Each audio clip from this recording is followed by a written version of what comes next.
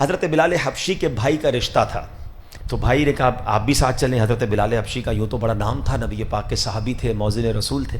تو حضرت بلال گئے اور جا کر پتہ ہے آپ نے کیا کہا؟ دیکھو بھائی، ہم پہلے غلام تھے، ہم اسلام نہیں لائے تھے، ہماری کوئی ویلیو نہیں تھی، ہم ایمان لائے، اسلام کی وجہ سے ہمیں عزت ملی، ہمیں پہلے کوئی نہیں پہچانتا تھا، آج ہم جو کچھ ہیں وہ اسلام کی وجہ سے ہیں۔ اگر آپ کو رشتہ دینا ہے تو ٹھیک ہے، ورنہ ہمارا بیک گراؤنڈ تو یہ ہے۔ وہ خاندان والے بھی بڑے اچھے تھے، انہوں نے کہا ٹھیک ہے، آپ نبی پاک کے صحابی ہیں، مؤذن رسول ہیں۔ انہوں نے اپنی بچی کا رشتہ حضرت بلال کے بھائی کے ہاتھ میں دے دیا۔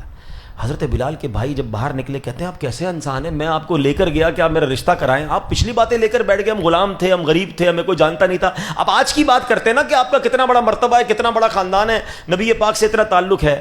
کیا شاندار جملہ حضرت بلال نے کہا کہ میں نے جو کہا سچ کہا، اور یہ سچ کی برکت تھی جس کی وجہ سے تمہارا رشتہ ہو گیا۔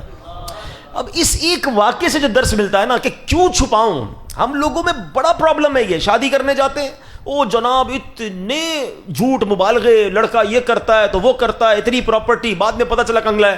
او بھائی پہلے ہی بتا دو نا کچھ نہیں ہے بھائی، بعد میں لڑائی ہوگی۔ میں خود جانتا ہوں ایک صاحب کو، ہمارے جاننے والے تھے، میں حیران ہو گیا۔ اچھا مجھے پتا اس کے پاس گاڑی واڑی تو ہے نہیں، ایک دن میں نے دیکھا تو بڑی گاڑی اور بڑا جناب لگژری سوٹڈ بوٹڈ۔ میں نے کہا تمہیں کیا ہو گیا؟ کہہ رہے یار وہ رشتہ آیا تھا تو میں نے کرائے کی گاڑی لی، کرائے کا بنگلہ لیا ہے، اور میں جو ہے وہ سارا ان کو بتا رہا ہوں کہ میرا ہے۔ میں نے کہا خدا کا خوف کر، جب رشتہ ہو جائے گا اس کے بعد کیا ہوگا؟ وہی ہوا، تھوڑے عرصے کے بعد طلاق ہو گئی۔ تو یہ جو جھوٹ کی بنیاد ہے نا، یہ عمارت گری جاتی ہے۔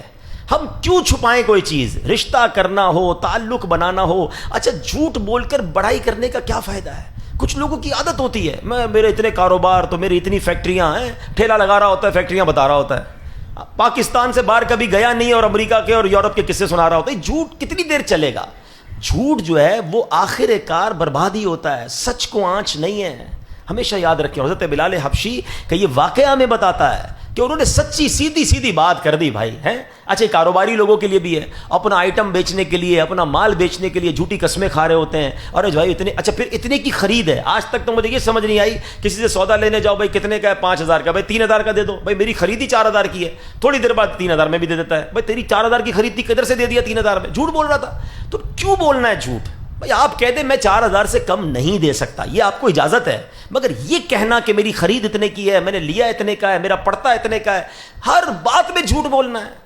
سرور کائنات علیہ الصلوۃ والسلام ہمارے آقا سچے آقا ہیں، سچے آقا کا امتی سچ بولتا ہے۔ پھر وہی بات، ہم بیرون ملک کی مثالیں دیتے ہیں، یار وہاں دیکھو جو بولتے ہیں سچ ہوتا ہے۔ ہم ان کی مثال کیوں دے رہے ہیں؟ ہم نے نبی پاک کی تعلیم کو چھوڑا ہے۔ خدا کی قسم اگر آج مسلمان نبی پاک کا سچا عاشق بن جائے، پریکٹسنگ مسلم بن جائے، دنیا کی کوئی قوم اس سے آگے نہیں بڑھ سکتی ہے۔ لوگ مسلمان کی پروڈکٹ خریدیں گے، لوگ مسلمان سے کاروبار کریں گے، مسلمان سے رشتہ، کیونکہ یہ سچے ہوں گے۔ مسئلہ یہ کہ ہم نے نہ حدیثیں پڑھی ہیں، نہ تعلیمات مصطفیٰ پڑھی ہیں، اور دوسری قوموں کی تعریفیں کر رہے ہوتے ہیں۔ یہ سب کچھ اسلام میں موجود ہے، اور اسلام کی تاریخ بھری ہوئی ہے، مگر ہم ایسا نہیں کرتے۔